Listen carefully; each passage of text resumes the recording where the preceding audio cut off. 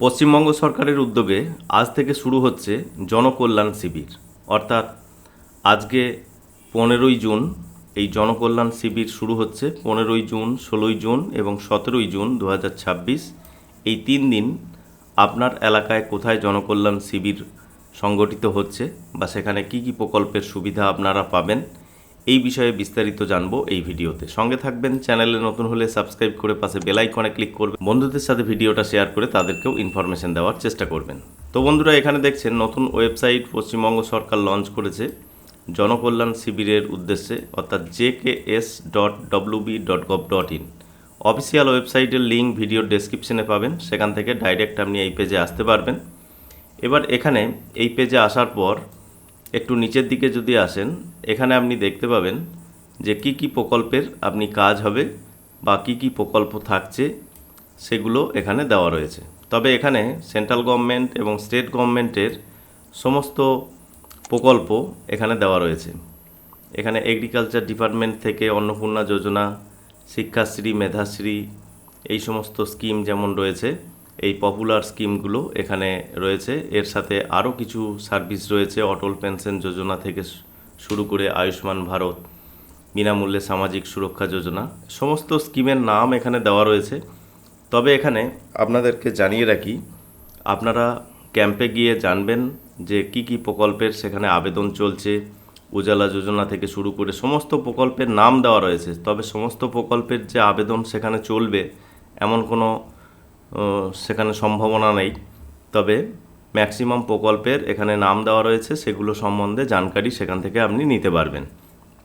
এবার কিছু সার্ভিস রয়েছে যেগুলো আপনারা অনলাইনে অ্যাপ্লাই করতে পারবেন, সেগুলোও এখানে যেমন দেওয়া রয়েছে, সেরকমই অফলাইনে যে সমস্ত স্কিম রয়েছে সেগুলোও আপনারা সেখানে আবেদন করতে পারবেন। পপুলার প্রকল্পের মধ্যে অন্নপূর্ণা যোজনা বা আয়ুষ্মান ভারত, এই সমস্ত প্রকল্পের সেখানে আবেদন হয়তো করা যেতে পারে। তবে আপনার এলাকায় কি কি প্রকল্পের আবেদন চলছে অবশ্যই কমেন্টে জানাবেন।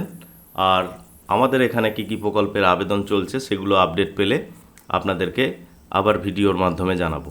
তো আপনার এলাকায় কোথায় ক্যাম্প হচ্ছে সেটা জানার জন্য এখানে দেখুন লোকেট ইওর শিবির যে অপশানটা রয়েছে মাঝখানে, এখানে যখন ক্লিক করবেন আপনি আপনার ডিস্ট্রিক্ট এখানে সিলেক্ট করবেন। ডিস্ট্রিক্ট সিলেক্ট করার পর আপনার ব্লক সিলেক্ট করবেন। ব্লক বা মিউনিসিপ্যালিটি যেখানে আপনি বাস করছেন, ব্লক সিলেক্ট করবেন এখানে, বা মিউনিসিপ্যালিটি সিলেক্ট করবেন। তারপরে আপনার জিপি সিলেক্ট করতে পারেন, বা সেই ব্লকের আন্ডারেও সমস্ত ক্যাম্পের ডিটেলস এখানে পাবেন। কোন কোন ডেটে কোথায় কোথায় ক্যাম্প হবে, সেটা জানতে গেলে এখানে দেখুন গুগল লোকেশন যেটা দেওয়া রয়েছে, এখানে যদি আপনি ক্লিক করেন তাহলে এই ক্যাম্প কোথায় হচ্ছে সেটা জানতে পারবেন। অর্থাৎ ক্যাম্প প্রতিটা পঞ্চায়েতেই যে হবে আপনার এমন কোনো কথা নেই। 2-3টে পঞ্চায়েত মিলে, এখানে যেমন দেখছেন 4টে পঞ্চায়েত মিলে একটা জায়গায় ক্যাম্প হচ্ছে, সেরকমই 3-4টে পঞ্চায়েত মিলে একটা জায়গায় ক্যাম্প হচ্ছে এবং সেখানে গিয়ে আপনারা এই সমস্ত প্রকল্পের সুবিধা সম্বন্ধে জানতে পারবেন বা কিছু কিছু প্রকল্পের সেখানে আবেদন করতে পারবেন। এবার গুগল ম্যাপ যদি আপনি খোলেন তাহলে আপনি এখানে দেখবেন যে গুগল ম্যাপে আপনাকে দেখাবে যে কোথায় ক্যাম্পটা হচ্ছে।